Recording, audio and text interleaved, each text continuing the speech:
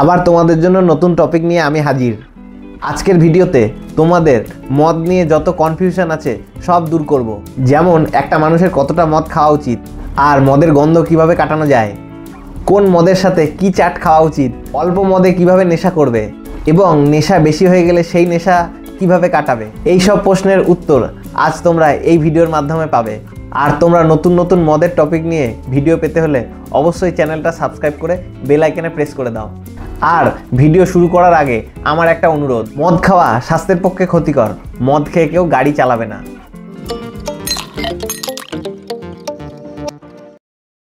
এবার তোমাদেরকে বলছি কোন খাবারগুলো মদের সঙ্গে খেলে তোমাদের অম্বল হবে না।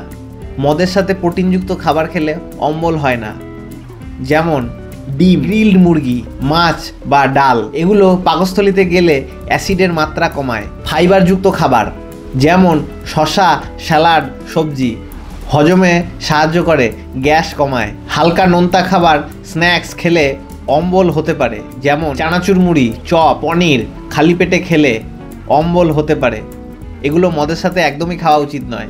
মদের সাথে যে খাবারগুলো খাওয়া একদমই উচিত নয়, যেমন chilli chicken, chicken 65, chilli fish, ভাজাভুজি, পকোড়া, বড়া, টমেটো বা টক জাতীয় খাবার, এগুলো অম্বল গ্যাস বাড়ায়। এগুলো দিয়েও একদম মদ খাওয়া উচিত নয়। মদ খাওয়ার প্রতিটি পেগের সাথে একটু করে খাবার খেলে মদটা তাড়াতাড়ি ডাইজেস্ট হয় এবং মদ খাওয়ার পরে ঠান্ডা জল খেলে পেট ঠান্ডা থাকে। যারা রোজ মদ খায় তাদের কিছু খাওয়ার নিয়ম দিচ্ছে। যারা রোজ মদ খায় তাদের এইভাবে মদ খেলে শরীরে অতটা ক্ষতি করবে না। খালি পেটে মদ খাওয়া যাবে না, হালকা খাবারের সঙ্গে খাওয়া উচিত। জল বেশি করে খেতে হবে, মদ খাওয়ার আগেও জল খেতে হবে, মদ খাওয়ার পরেও জল খেতে হবে। যারা রোজ মদ খায় আমি বলবো তাদের সপ্তাহে 2 দিন রেস্ট দেওয়া উচিত, তাহলে লিভারকে বিশ্রাম দেওয়া যায়।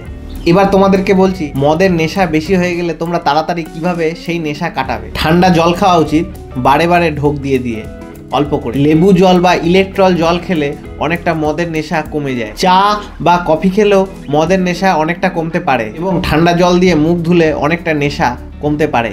এবার তোমাদেরকে বলবো মদ খাওয়ার পরে মুখ থেকে গন্ধ কিভাবে কমানো যায়।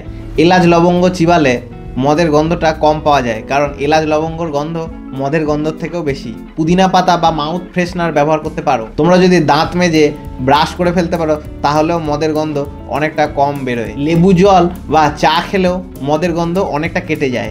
আর চকলেট বা কফি খেলেও অনেকটা মদের গন্ধ কম বেরোয় মুখ থেকে। তবে মনে রাখবে মুখের গন্ধ চাপা দিলেও শরীর দিয়ে কিন্তু মদের গন্ধ বেরোয় ঘামের মাধ্যমে, তাই তোমরা পারফিউম ব্যবহার করতে পারো। আর অতিরিক্ত গা দিয়ে গন্ধ বেরোলে স্নান করা ছাড়া আর উপায় নেই, আর সেই জামা কাপড়টা চেঞ্জ করে ফেলা। তোমরা কি জানো বাংলা মদ পশ্চিমবঙ্গের কোন কোন জেলায় তৈরি হয়? আমি তোমাদেরকে বলছি। বাংলা মদ তৈরি হয় হুগলি, পশ্চিম বর্ধমান, নদিয়া, মুর্শিদাবাদ, মালদা, হাওড়া এবং কলকাতায় বাংলা মদের ডিপো আছে। তবে বাংলা মদ সব জায়গায় একই প্রক্রিয়ায় তৈরি হয়, তবে আলাদা আলাদা জেলায় বাংলা মদ আলাদা আলাদা নামে বিক্রি হয়। ক্যাপ্টেন, তুফান, উড়ান, জেডি দাদা, জয়, আরও অনেক নামের আছে। ভিডিওটা তোমাদের কেমন লাগলো তোমরা অবশ্যই আমাকে কমেন্টে জানাও, তোমাদের যদি কোনো কিছু জানার থাকে। আর ভিডিওটা ভালো লেগে থাকলে তোমাদের বন্ধুবান্ধবকে শেয়ার করে অবশ্যই চ্যানেলটা সাবস্ক্রাইব করে দাও। তাহলে আবার দেখা হচ্ছে পরের ভিডিওতে।